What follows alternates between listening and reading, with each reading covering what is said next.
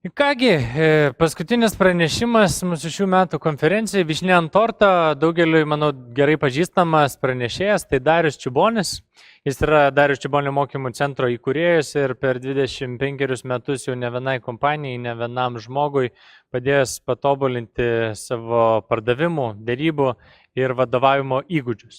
Ir šiandien Darius kalbės apie efektyvų vadovavimą, arba kitaip sakant, kaip reikia nustoti dirbti ir pradėti vadovauti. Taigi paskutinis pranešėjas Darius Čibonis. Sveiki. Šiandieną sužinosite keletą svarbiausių vadovo prioritetų. Taip pat pasidalinsiu tokią paprastą metodiką, kaip galėsite įvertinti savo darbuotojus ir išgirsite keletą patarimų, kaip vadovauti šiuolaikiniam jaunimui. Bet pradžioj kaip siūlau elgtis šio pristatymo metu ir kitų pristatymų metu, vertėjo taip elgtis. Siūlau neapsiriboti vien žiūrėjimu ir klausimu, o užsirašinėti. Nes kai žiūri, klausai ir užsirašai, žymiai ilgiau prisimeni. Net jeigu tų užrašų niekada nepanaudosite, jūs geriau prisiminsite. Taigi čiupkite užrašų knygutę ar popieriaus lapą, rašiklį, jo lapą aš duosiu užduočių. Taip, pradėkime nuo to, kad kiekvienas vadovas nori, nenori, pabūna bent 3 rolėse. Vadovo rolė, būni vadovo rolė tuo metu, kai bendrauji su tiesioginiais pavaldiniais. Taip pat specialisto rolė, būni specialistu, kai darai tą patį, ką daro tavo pavaldiniai. Pavyzdžiui, pardavimų vadovas susitinka su svarbiu klientu. Ir trečia administratoriaus rolė, tai būni administratorium, kai darai visus kitus darbus, kurių nemato tavo tiesioginiai pavaldiniai. Pavyzdžiui, pildai lenteles, ataskaitas, strateguoji, planuoji ir panašiai. Dabar norėčiau, kad kiekvienas nusipieštumėt pas save tokį apvalų, reiškia ženklą panašų į automobilio gamintojo emblemą. Ir įsivaizduokit, tai tos 3 apskritimo dalys yra 3 vadovo rolės. Va. Ir norėčiau, kad kiekvienas įvertintumėt procentaliai, apytiksliai, ką jums sako nuojauta, kiek procentų savo laiko jūs praleidžiat vadovo rolėje, tai yra tas laikas, kai bendraujat su tiesioginiais pavaldiniais, kiek laiko praleidžiat specialisto rolėje, tai reiškia darote tą patį, ką daro jūsų pavaldiniai, galbūt geriau už juos, bet tą patį, ir kiek procentų laiko praleidžiat administratoriaus rolėje, vadinkim taip visi kiti darbai. 100% išdalinkit į 3. Ne taip, kaip turėtų būti, o taip, kaip atspindi dabartinę realybę, apytiksliai. Iš mano gyvų mokymų praktikos daugelis vadovų nuo 10 iki netgi 8% laiko praleidžia specialisto rolėje. Dominuoja tarp 30 ir 60% atsakymai į specialisto rolėje. Reiškia, daugiau nei trečdalį laiko daugelis vadovų praleidžia specialisto rolėje. Toliau likusį laiką maždaug 50-50 tarp vadovų ir administratoriaus. Tuoj pažiūrėsim, ar tai gerai ar blogai. Reiškia, pasidalinsiu porą tokių vadinamų auksinių vadovavimo standartų šią temą. Auksiniai, vadinkime taip, siektini, reiškia, siekiamybė gal. Tai pirmas standartas sako, kad geras vadovas vienam pavaldiniui skiria bent 10% savo laiko.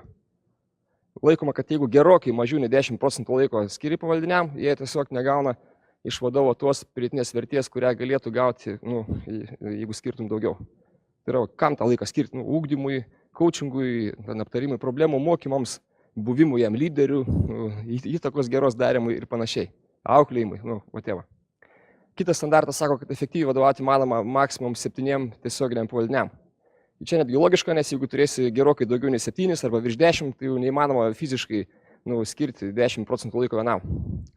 Mano geriausios, stipriausios sutinkamos komandos ir mokymuose to pačiu. Tai yra tos komandos, kurios dažnai mato savo vadovą. Tai yra tos komandos, kur nedaugiau nei 7 darbuotojai turi vadovą, jį dažnai mato, dažnai bendrauja, dažnai gauna grįžtamą ryšį. Mano pačios tokios silpniausios sutinkamos komandos, tai yra tos, kurių vadovai nutolė. Dažnai todėl, kad pavaldinių tiesioginių labai daug, 20, 20 keli, 14 ir panašiai. Vadovą mato kartą mėnesyje per susirinkimus, dažniau iš jo gauna lenteles, grafikus. Tai jie vadovą mato ne kaip ugdytoją, ne kaip pagalbininką, ne kaip autoritetą, jie vadovą mato kaip kontrolierių, kuris tiesiog duoda jam įvertinimą. Pagalbos mažai. Yra 2 ydingos pagundos, kurios susijęs su prieš tai man rodėta skaidrė. Kodėl ydingos, reiškia, jų reikėtų vengti, kodėl pagundos, nes vadovai norom joms susigundo. Pirma pagunda vadinasi daugiau nei būtina laiko būti specialisto rolėje. Iš kur jie atsiranda? Daugelis vadovų prieš tapdami vadovais iki tol buvo geri specialistai, dažnai buvo geriausi. Reta įmonė, aukštindama kažką iš vidaus į vadovus, renkasi prasčiausią ir jį paaukština. Dažniausiai renkasi geriausią. Jo. Jeigu tai tiesa, reiškia, tau ta rolė gerai pažįstama, tau jinai maloni ir natūraliai norisi ilgiau joje būti. Ilgiau nei būtina. O ko blogai ilgiau? Kol tu specialistų rolė, tavęs nėra vadovo rolė. Armijai dar vienas kareivis, gal geresnis nei dauguma, bet nėra generolo. Va. Antra pagunda - siekti ir toliau likti geriausių specialistų. Siekti ir toliau nešiuoti geriausių specialisto karūną. Iš kur jie atsiranda? Normalu, natūralu, mums patinka, kai mes kažkame esam sėkmingi, kažkame geriausi. Mes puikiai žinom, kad buvom geriausi specialistai ir noris tą karūną toliau nešiuoti. Plus pavaldiniai dažniausiai net ir provokuoja tą karūną dėvėti. Kam nebūna, kai pavaldiniai kviečia padėti atlikti jo kažkokią sunkesnę užduotį. Sakau, klasikinis pavyzdys, kai pardavėjas kviečia pardavimo vadovą dalyvauti susitikime su svarbiu klientu. Lygiai su to pačiu ir aš susidurdavau ir iki šiol susidurčiau, jei kažkaip prevenciškai to nevengčiau. Anksčiau būdavo, kad visos dienos, kai mano kalendorijoje nėra mokymų, aš būdavau užbukintas važiuoti pas klientus. Mano darbuotojai tiesiog matydami mano kalendorių, kas porą, kas pusantros valandos prigamindavo susitikimų, kur mes kartu važiuodavom. Ir kodėl turėčiau tam nepasirašyti, nes čiagi mūsų bendras reikalas, o man laisva diena. Tik tai aš suvokiu, kad nerandu laiko nei į kirpyklą nueiti, nei į automobilį padangas pasikeisti, nes aš pilnai įdarbintas. Ir kažkaip suvokiu, kad ta situacija turėtų keistis. Ir vieną dieną pasakiau savo komandai. Sakau, žiūrėkit, nuo šiol ir jūs mane vėl galėsite ir toliau vežtis pas klientus, kuo dažniau, tuo geriau, aš ne prieš, tačiau įvedam vieną papildomą sąlygą. Mesgi, jeigu parduodam, jūs gaunat komisinius. Tai nuo šiol, jeigu važiavam kartu ir jeigu įvyko sandoris, mes pardavėm, komisinius splitinam 50-50. Jūs gaunat pusę bonuso. Tiesą sakant, pusę čia dar dosniai, nes pokalbį vedu aš, reiškia parduodu aš, ir galėčiau 70-30 splitą daryti, bet 50-50 čia dosnus sandoris. Aš nesulaukiu nei menkiausio pasipriešinimo, kadangi mano logika logiška. Kas pasikeitė? Pas mane vis dar yra susitikimų su klientais, kuriuos skyrė mano pardavėjai, bet jų atsirado žymiai rečiau. Dabar vežasi tik į tokius susitikimus, kur jau įvertina prieš tai, ar tikrai verta.